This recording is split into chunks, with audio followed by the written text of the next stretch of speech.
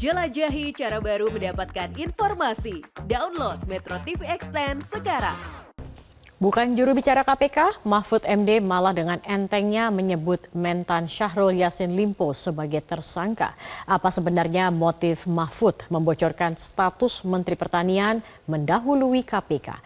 Mencari popularitas? Kami akan membahasnya bersama dengan pakar hukum tata negara Bivitri Susanti dan pakar hukum pidana Suparji Ahmad terkait langkah Menko Polhukam yang dinilai offside. Saya akan ke Mbak Bivitri terlebih dahulu.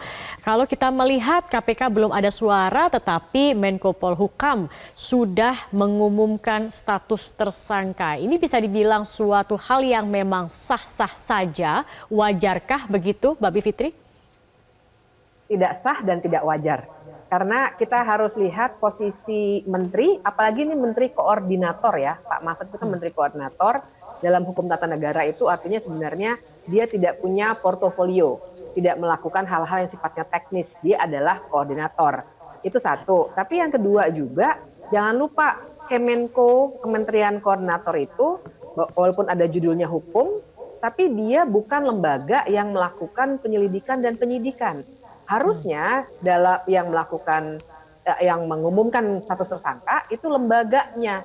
Bahkan menurut KUHAP nanti Pak Supardi saya kira akan bisa menerangkan lebih jauh, harusnya penyidik yang mengumumkan. Tapi baiklah dalam hal institusi, institusinya mengumumkan, bukan kementeriannya. Jadi tidak ada hubungan atasan bawahan di sini. Dan yang ketiga juga kalau kita lihat hukumnya nih, kalau kita lihat Undang-Undang KPK yang terbaru yang sudah diubah yang kedua ya, Undang-Undang 19 2019, di pasal 3-nya itu jelas bahwa betul KPK sekarang masuk rumpun eksekutif, tapi dia tetap lembaga independen. Makanya pimpinannya juga dipilihnya bukan seperti menteri dipilih sebagai anggota kabinet.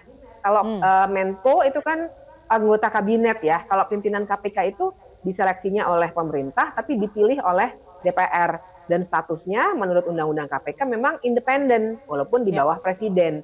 Jadi tidak ada hubungan koordinasi sehingga Pak Mahfud bisa menyatakan on behalf of gitu ya atas nama KPK bahwa status tersangka sudah dilakukan. Itu offside menurut saya, Mbak. Oke, baik. Kalau Pak Suparji sendiri memandangnya seperti apa? Apakah ini ada pelanggaran begitu Pak mungkin yang bisa dikatakan yang dilakukan oleh Mahfud MD? Ya, pertama melihat atas suatu pernyataan termasuk kemudian fakta kan dilihat dari substansi prosedur dan kewenangannya gitu. Ya. Maka kita bisa mengatakan apakah itu sesuatu yang baik dan benar atau tidak dilihat dari tiga sisi tadi itu. Dari sisi kewenangan tentunya bukan tupoksi, bukan kewenangan ya Menko Polhukam. Dari sisi substansi tentunya bukan juga substansi yang bisa disampaikan oleh Menko Polhukam. Demikian pula dari sisi prosedur misalnya seperti itu. Tetapi yang terpenting adalah apa sebetulnya konteksnya yang disampaikan oleh Pak Mahfud tadi itu.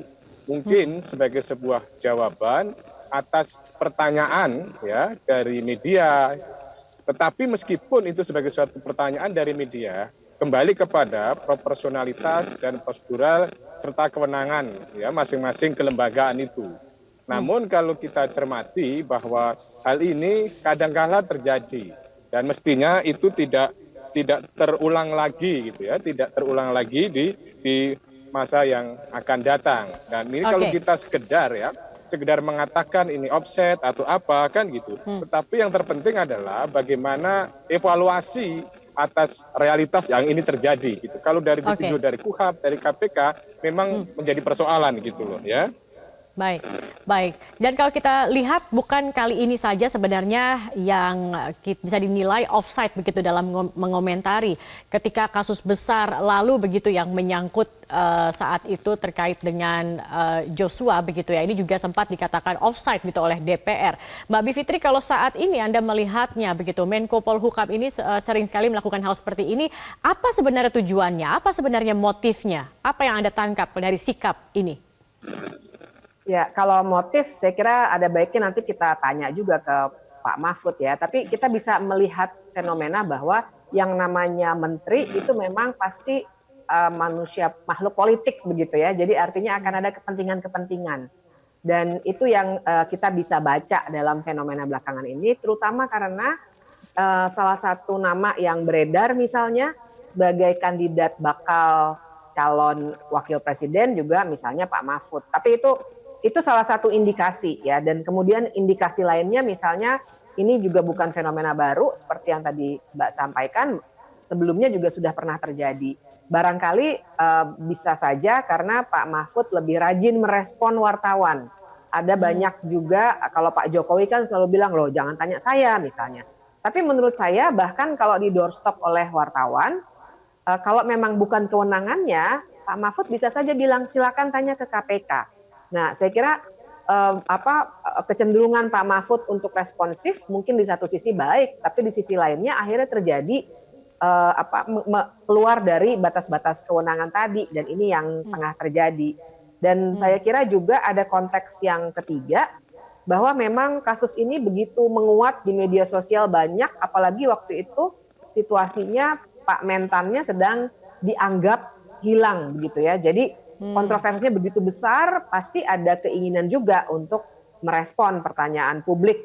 Nah, saya kira itu yang waktu itu dilakukan. Tapi tetap saja bagi saya ini sesuatu yang tidak layak. Kalaupun beliau ingin responsif, harusnya jawab saja, silakan tanya ke KPK. Kemudian telepon misalnya pimpinan KPK, tolong dijawab statusnya. Kalau belum ya belum, kalau sudah ya sudah. Tapi pastikan bahwa apa yang ia respon, bahkan ketika agak kaget mungkin di doorstop wartawan, tetap harus sesuai dengan kewenangan yang ia miliki, sesuai hukum tata negara.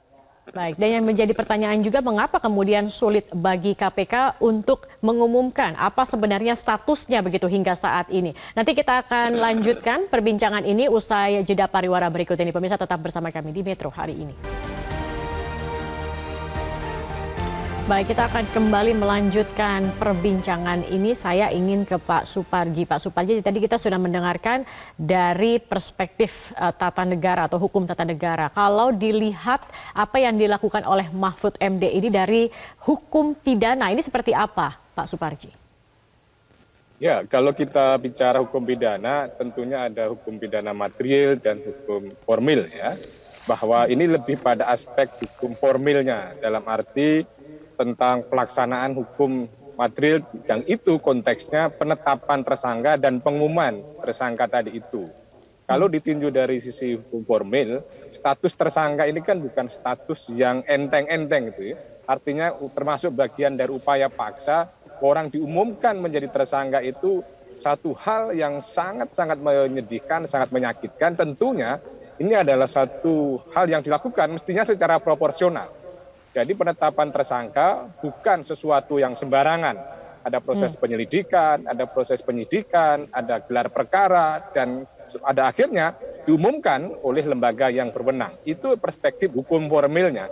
Artinya bahwa kalau ditinjau dari aspek hukum formil, proses penetapan tersangka yang tadi diungkapkan sudah ada gelar perkara, tetapi yang menjadi persoalannya adalah bagaimana sampai itu misalnya pihak lain di luar institusi KPK mengetahui tentang hal tersebut kan, meskipun ini bagian dari eksekutif, tetapi lagi-lagi proporsionalitasnya tadi perlu dipertanyakan.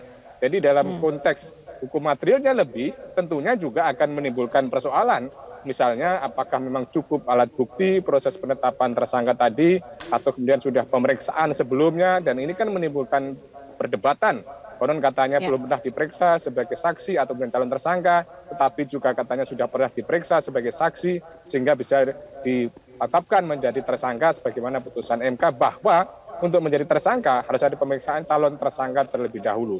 Ini dalam perspektif hukum formil material dalam hukum pidana. Yang terpenting adalah sebagaimana yang saya sampaikan di awal tadi, substansi prosedur dan kewenangan baik dan perspektif ketatanegaraan maupun pidana harus baik dan benar. Tetapi persoalannya ini kan semuanya sudah terjadi ya. Bagaimana kemudian upaya hukum yang bisa dilakukan oleh seorang tersangka, apakah akan melakukan pra-peradilan atau kemudian upaya yang lain, ini tentunya adalah hak dari seorang tersangka tadi, Mbak. Itu. Ya. Oke, berarti ada upaya hukum yang bisa dilakukan oleh tersangka jika kemudian menilai memang ada hal yang secara prosedur tidak sesuai begitu ya. Dan menurut Anda Ya. juga Pak Suparji, seharusnya Pak Mahfud sendiri memahami dan tahu dong ya prosedur yang seharusnya ya. Saya kira sangat memahami dan sangat mengetahui. Sekali lagi memang ini konteksnya apa? Apakah kemudian jawaban atas pertanyaan media, pertanyaan wartawan, sehingga kemudian ya sebagai pejabat publik tidak elok sekiranya kemudian menolak misalnya atas pertanyaan media. Tetapi kan juga dipertanyakan ketika sesuatu yang bukan porsinya bisa saja mengelak. Karena ini tadi yang kita diskusikan soal motif ya, apa sebetulnya motifnya? Apakah sekedar memenuhi jawaban pada media atau yang lain? Ini saya kira sesuatu yang kemudian patut dikaji, patut dipertanyakan. Namun menurut saya sekarang ini yang lebih penting adalah bagaimana hak tersangka itu terpenuhi sehingga tidak menimbulkan ketidakadilan atau pelanggaran HAM bagi tersangka tersebut. Gitu, Mbak. Oke, baik. Nah, kalau dari Mbak Fitri sendiri bagaimana, Mbak? Kemudian apa sebenarnya langkah selanjutnya yang bisa dilakukan? Ini bukan pertama kalinya begitu Menko Polhukam offside, sudah pernah beberapa kali juga bisa dikatakan offside begitu kan. Apakah kemudian harus ada teguran kah atau apa yang bisa dilakukan, Mbak Bivitri? Ya, saya kira tentu saja teguran dari seorang kepala pemerintahan itu sangat diperlukan ya. Kita harus ingat posisi Pak Jokowi itu kepala pemerintahan dan Pak Mahfud itu bersama dengan menteri-menteri lainnya sebenarnya pembantu kepala pemerintahan kalau dalam konstitusi kita. Jadi teguran itu jelas diperlukan dan mungkin kita nggak bisa lihat secara terbuka barangkali dalam rapat-rapat terbatas mereka. Tapi apapun saya kira itu harus dilakukan, apalagi hari-hari ini Mbak kan kita akan bisa melihat banyak sekali tuduhan-tuduhan bahwa segala sesuatu yang terjadi dalam penegakan hukum itu sifatnya politis. Di satu sisi kita harus dan presiden menurut saya harus aware sekali dengan itu, tapi di sisi lainnya jangan sampai kita juga mau menuduh aja semua hal yang dilakukan itu pasti gara-gara politik, kan tidak pada porsinya juga. Bagaimanapun penegakan hukum harus tetap jalan. Nah jadi untuk menyeimbangkannya bagaimana? Salah satunya adalah dengan setransparan mungkin dan harus sesuai betul dengan aturan main yang ada dalam hal ini hukum acara pidana. Nah jadi ya itu tadi bahkan sesederhana mengumumkan status tersangka sebaiknya dilakukan oleh lembaga yang berwenang. Kalau tidak ini akan terus-menerus bisa digoreng-goreng seakan-akan ini sangat-sangat politis dan tidak pada tempatnya status tersangka itu dilekatkan pada Pak Mentan gitu. Padahal sebenarnya sudah kelihatan juga dari pemberitaan di media massa penggeledahan yang terjadi di rumahnya waktu itu, temuan-temuannya dan segala sesuatunya sebenarnya kasusnya cukup terang. Tapi kan itu tadi tuh, harusnya teguran itu cukup keras diberikan kepada menteri-menteri yang berkomentar di luar kewenangannya, apalagi terkait dengan penegakan hukum. Baik, baik. Pak Suparji tadi kan Anda juga mengatakan bisa misalnya dari tersangka melakukan pra-peradilan begitu ya. Nah itu kemudian ujungnya akan seperti apa? Apakah ada sanksi kemudian yang bisa diterima oleh Menko Polhukam atau seperti apa? Ya, kalau konteks pra-peradilan kan sebagai kontrol horizontal aparat penegak hukum, sehingga proses pelaksanaan hukum tadi sesuai dengan prosedur yang benar, sesuai dengan kewenangan yang benar, kemudian memenuhi hak asasi manusia. Proses penetapan tersangka sah dan tidaknya itu bisa diuji melalui pra-peradilan.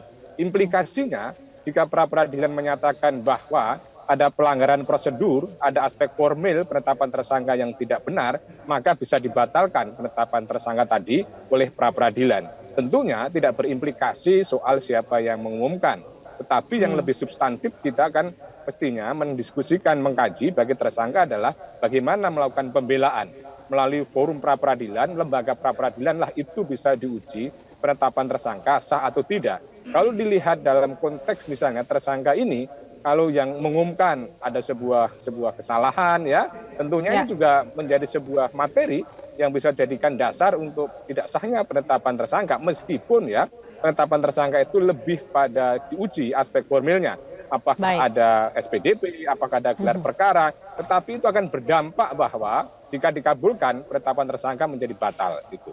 Baik, baik, terima kasih banyak Pak Suparji Ahmad, pakar hukum pidana, dan juga Mbak Bivitri Susanti sudah bergabung bersama kami di Metro hari ini. Selamat sore. Cara mudah mendapatkan informasi dengan satu sentuhan jari. Download Metro TV Extend.